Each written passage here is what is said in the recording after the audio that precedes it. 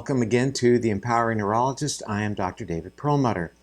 There's probably no more fundamental question than we ask ourselves every day, and that is, what should we eat? What is the best food, and why is it so good? And we've interviewed so many people on the program talking about their ideas in terms of what makes for a really salubrious type of approach to nutrition.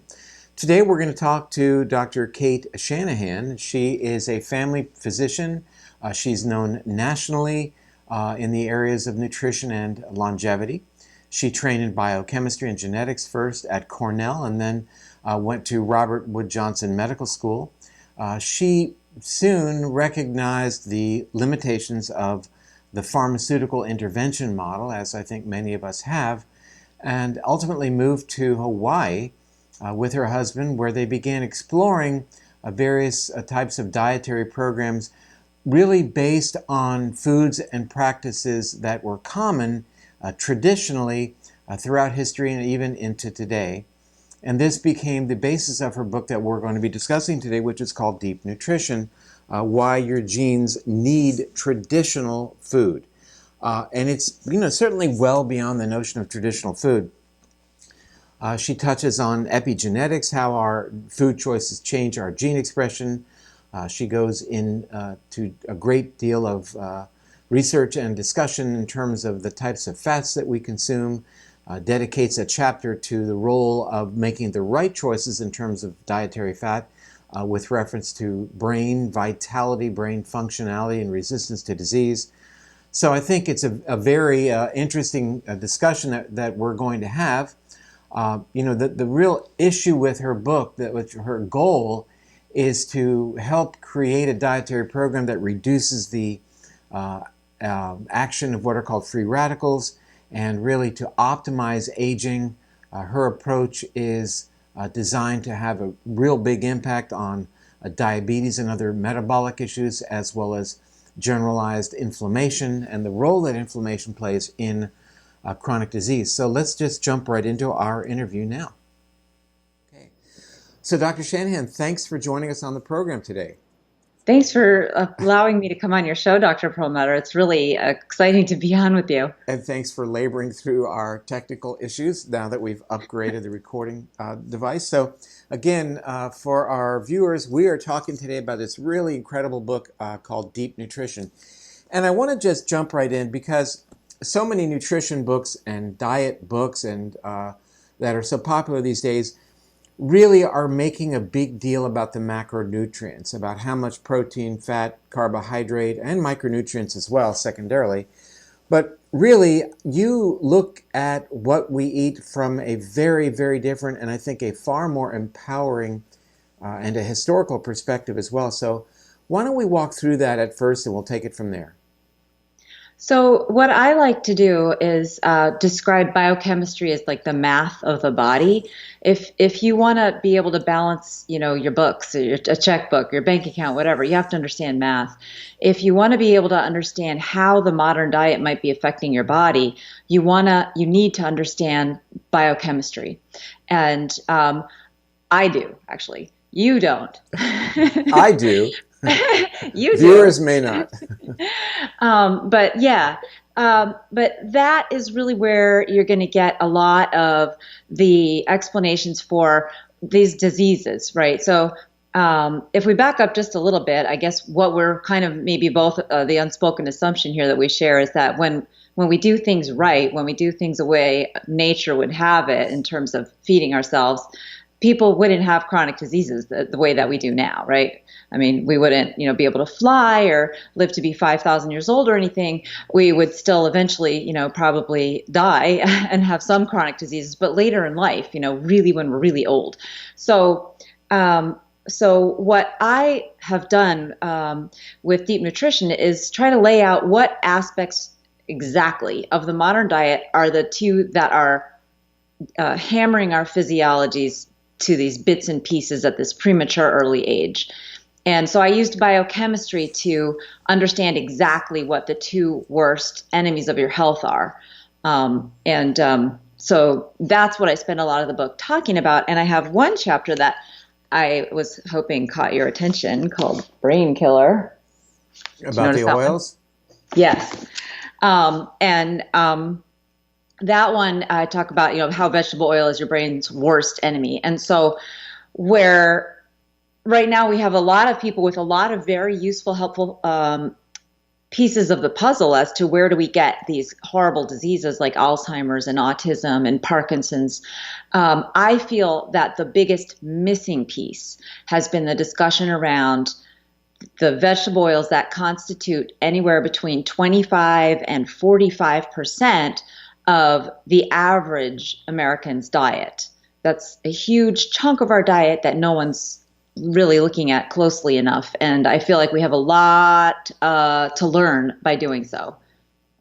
Well, one of the interesting things that you start off with is a really, I think, empowering discussion of the notion of epigenetics, that the food we are consuming is actually changing our genetic expression. And that's, I think, a very heady kind of conversation. But take us through that in terms of, really kind of getting away from the focus on the macronutrients and why, how empowering this whole notion of controlling our gene expression with food really is.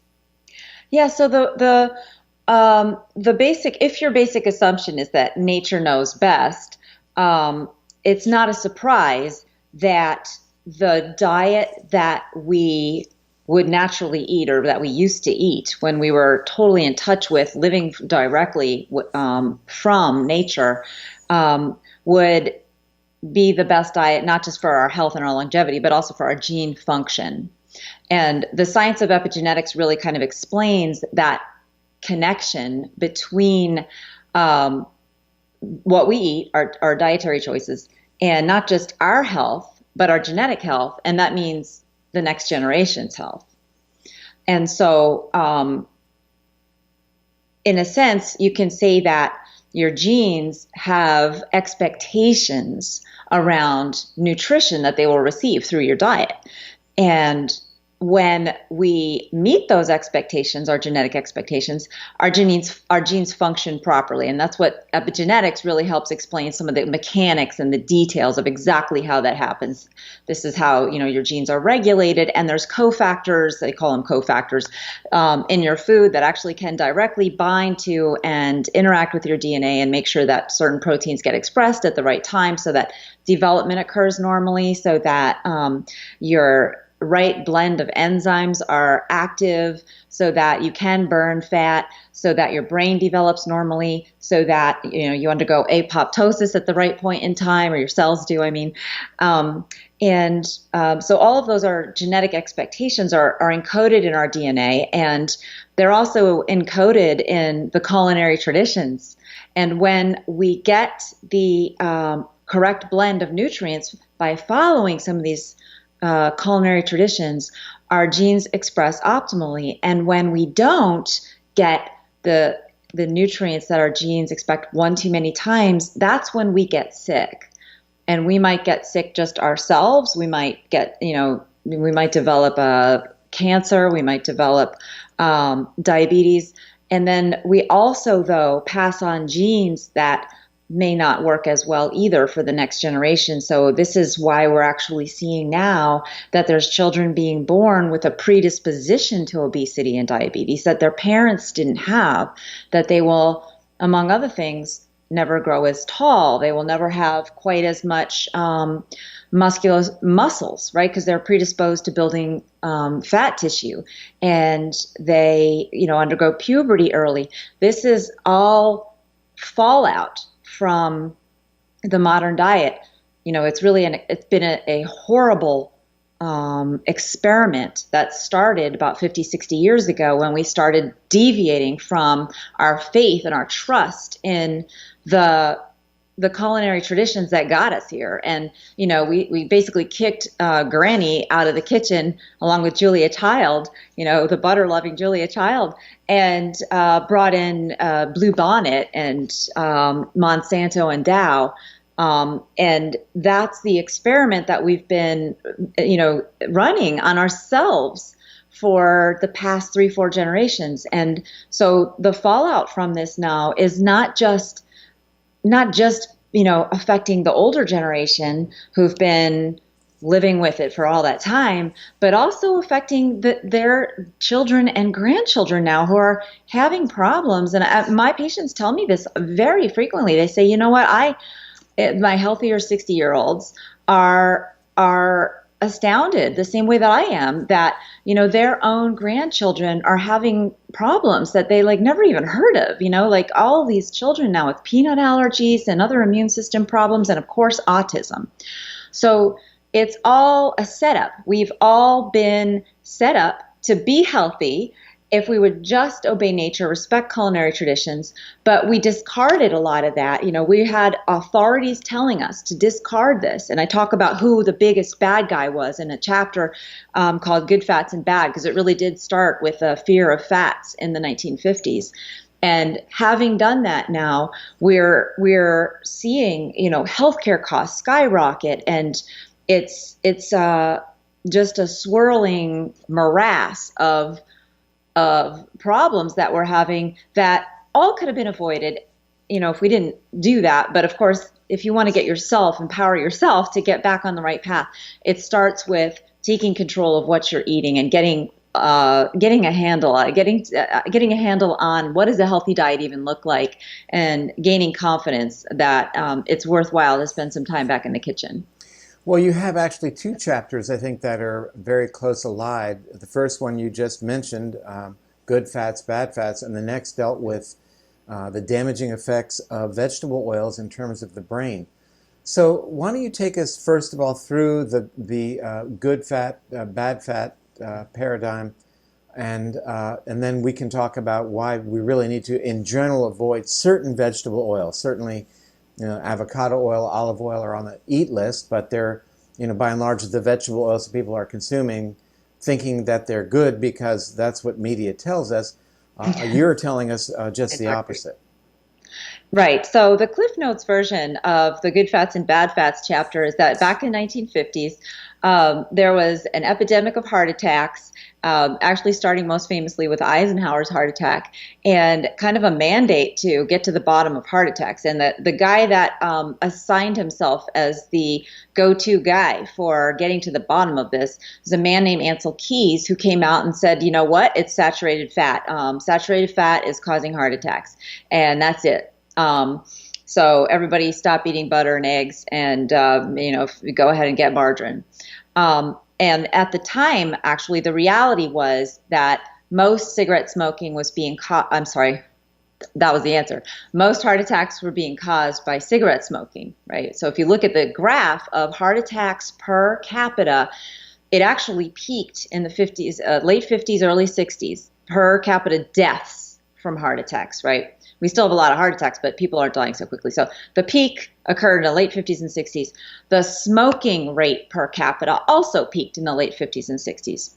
And what this has to do with fat is that there's something very important that has been overlooked in this whole conversation around what causes heart attacks. And that is a technical term called oxidative stress. Oxidative stress has to do with oxygen reacting in an uncontrolled way with other chemicals.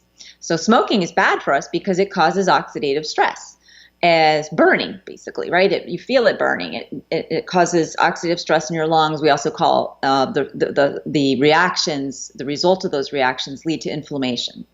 So in your lungs, and then in your blood circulating through there, so the lipoproteins that go through your lungs, they also get impacted. And so cigarette smoking is associated with heart attacks because it causes oxidative stress, and the lipoproteins, they get oxidized. Fat gets oxidized. It can't get out of your arteries, and so it ends up causing arteriosclerosis. That's how cigarette smoking causes arteriosclerosis. Vegetable oils that are, the soy, the sunflower, the safflower, corn, canola, cottonseed, those are the most common. They are also very susceptible to oxidative stress. They react with oxygen very easily because their molecular structure is not resistant to reacting with oxygen. And in fact, we need them in our bodies because of the way that they are rapidly capable of reacting with oxygen, but our bodies need to do it in a controlled manner, and we use them for important reactions like responding to a cut in our body, or for even like childbirth. It's mediated by these essential fatty acids, omega-3 and omega-6. But the problem is that when we eat so many of them like we are now, or when they get refined the way they do in the factory, or when we cook with them, they still react with oxygen, but now it's not being controlled. And the result is breakdown products of the primary molecule, the polyunsaturated fatty acids, that have long names like 4-hydroxynonenal and cyclic heterocyclic compounds, and all kinds of just bad long names, and those compounds are individually, each one of them has been studied. Many of them, not every last one, have been studied and found to be cytotoxic and genotoxic. And but the bottom line is also the connection, tying it back to smoking, is that they also, when you eat them, they get in your body and they get in your lipoproteins. And just like cigarette smoking, they oxidize the lipoproteins as well, and that's how you get heart attacks and strokes and intermittent claudication in your legs, and arteriosclerosis that affects your kidneys and your kidney function, and so on and so on. But I have come out and declared war on vegetable oil by saying that it's actually worse for you than cigarette smoking, because unlike cigarettes, first of all, babies get fed vegetable oil in infant formula. Nobody's actually making sure their 1 month old is smoking. They might get secondhand smoke, but their bodies are not being composed of cigarette smoke, and it's the lungs and the circulation and the bladder and a couple other organs that get hit the hardest with the damage from the cigarette smoke. But vegetable oil can go anywhere in your body, and so it can cause many more diseases. So vegetable oil is oxidative stress in a bottle, and oxidative stress from vegetable oils, oxidative stress is the great disease maker. So this is just a huge thing that you can do for your health, just to pay attention to how much vegetable oil are you getting, where is it coming from, and figure out how to live without it.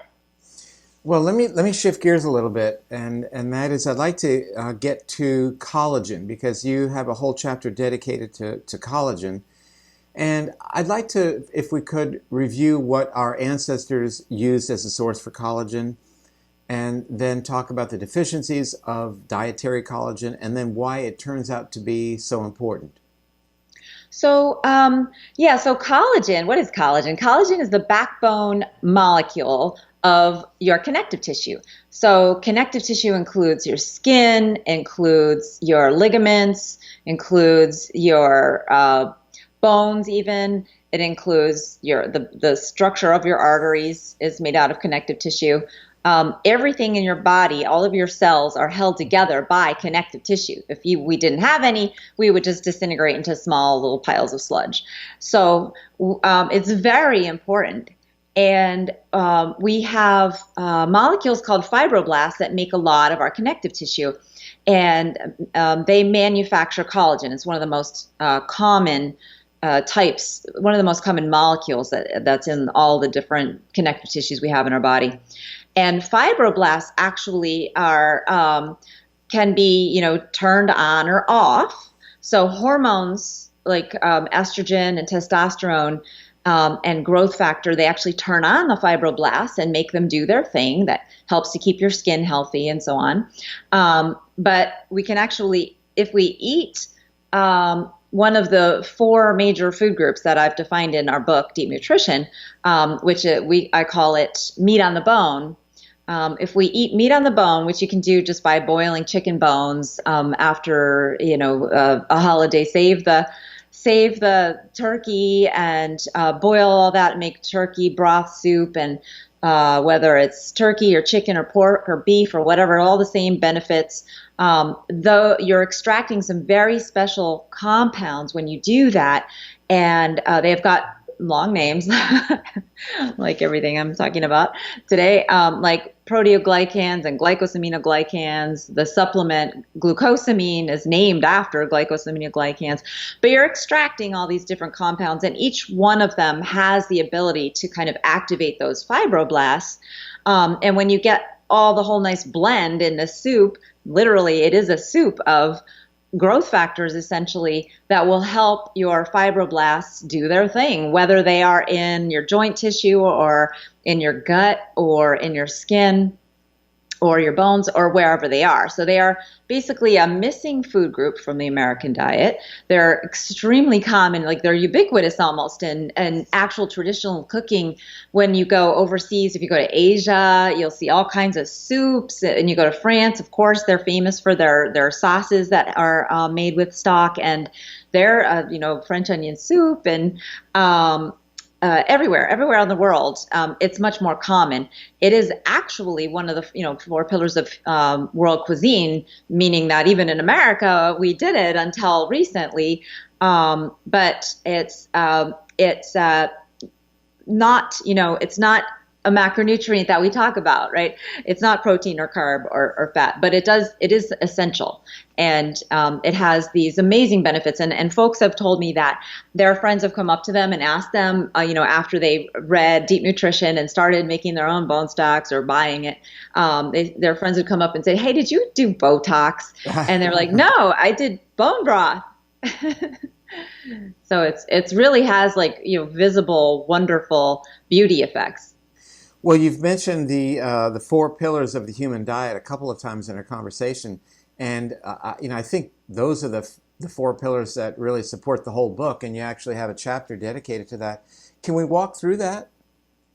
Yeah, so what my husband and I did was we were actually living in Hawaii when I noticed that, I was a family practice doctor, and I noticed that I had really healthy patients in their 60s and 70s. And when I started learning more about nutrition myself, I started asking them what they ate, and their answers, I didn't even understand them. They were like, Dinu Guan Bedoy. I was like, what? It was all these some chefs might call bizarre foods. So they were eating nose to tail, basically, and they were using everything so smartly. That nothing went to waste. And so I realized that there was just a lot more to food than I had learned, as a child growing up as an American child, and then in medical school, even, where we learn about the macros, and we think, that plus vitamins and some water, and boom, you're done. Now you can just take all your powders and live on the moon. But there's a lot more to it. And so my husband and I realized that, we were also at the time watching cooking shows, and all around the world, we kept seeing the same kinds of things, that people would be making soups and they would have bone in there, and they would be doing this weird thing called fermenting, and have little vats of bubbling stuff. And yeah, so we were like, I wonder if there's anything that they all do in common, because this was at the time where a couple of popular diet books were coming out, like the Okinawan diet and the French diet, the French paradox. And then there was a book called The Blue Zones, where they were looking at what do all the healthiest or the longest lived people, what do they do in common? And so, there was what is there something that there's all in common here that might be important for us to know about? And so we kind of started really doing it more on purpose than rather just recreational. We got cookbooks from all around the world. We got really old cookbooks from all the English-speaking countries I could, from the 1800s. And then we watched more TV. And we came up with these four pillars, because they were everywhere, absolutely everywhere. So it's fresh food, which is just food that's as nature made it. Didn't even cook it. So fruits and vegetables, yeah, but even things like, steak tartare and sushi, raw animal products, raw dairy, unpasteurized dairy. That's the first one. And when you have too much of the fresh food, well, you got to store it for later. So this is where fermentation comes in, and sprouting, right? Because seeds naturally store themselves. So you can sprout your seeds by just germinating them using just a little bit of water, and that softens them. And so then if you want to cook with them, you don't have to cook them for, a day, basically, like, we do. And when we buy kidney beans, right, they're already either in a can or you got to just cook them in a pressure cooker forever. But if you sprout them, you're actually using nature to make them more nutritious, because the process of germination wakes up the dormant enzymes and releases the phytates and other things that will bind the nutrients, things we call anti-nutrients. So that's the sprouting part of that pillar. And the fermentation is, you're like one of the experts on this. This is, how you get probiotics from food. And so you just sort of also let nature take its course. You put milk, for example, in the right temperature and the right kind of a container, and you'll get either cheese, yogurt, or a million other things that people make out of fermenting milk. And traditional food. Yeah, traditional food. So that's the second pillar. The third is meat on the bone, which we talked about, but it includes the concept of making sure that you keep your meat moist when you cook it and don't overcook it, because heat destroys nutrition. So if you get boneless, skinless chicken breasts, you probably notice it's harder to cook them without them drying out than it is if you, a whole Can you chicken. imagine the poor boneless chicken trying to walk around? How do they do that? Yeah, I'd like to adopt some and just take care of them. And then the last one is nobody's favorite. It's organ meat. So this is like all the other stuff that we basically just throw out, make glue out of, or give to the dogs. Because liver, when it comes from an animal that's been pasture raised and not infused with tons of chemicals, it's better when it's organic, obviously, but it bioconcentrates a different blend of nutrients than muscle tissue does. And each organ in an animal's body has kind of a different blend of vitamins and other minerals and nutrients, all of which we need. And when we just have the muscle tissue, we're getting a great amount of protein, and sometimes we get some iron as well, and other things like ubiquinone and creatinine or creatine. But when we have liver, we also get a lot of B vitamins. When we have bone marrow, we get some branched chain fatty acids. And there's just, this rainbow of nutrients that is available to us. And we're only taking like a little sliver of color in the middle when we stick with just the muscle meat. Well, I'd like to thank you for spending time with us today. As I mentioned earlier, there's a lot of books out, and you really offer up, I think, a really different and an in-depth perspective, hence the title, Deep Nutrition. It's really a terrific read, and I'm hoping that our viewers are going to pay attention to your information, because, in a way, it does kind of simplify our lives in terms of letting us become reconnected.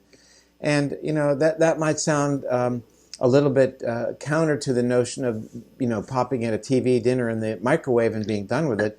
But in reality, you make it very, very understandable and very simple, and I think that's really important because it makes it very user-friendly. So it's very impressive. And again, thanks for spending time with us today. Are you still in Hawaii? No, actually, I'm in Connecticut now. How did that happen? Yeah. So, well, I wanted to come back to the mainland because, Hawaii is beautiful and I loved it there. But I kind of missed my family because they're on the coast island here. fever, I hear that. 2 days. All right, well, listen, we'll talk soon. Thank you again so much for your time. It's been a pleasure to be on the show with you, Dr. Perlmutter. Okay. Thank you. Bye-bye. Bye. Well, thanks for joining us again on the program, The Empowering Neurologist. Hope you got some good information again from Dr. Shanahan. The book is, again, called Deep Nutrition, and talks a lot about why we need to get back to the notion of eating foods that are considered traditional. Thanks again for joining us. I'm Dr. David Perlmutter.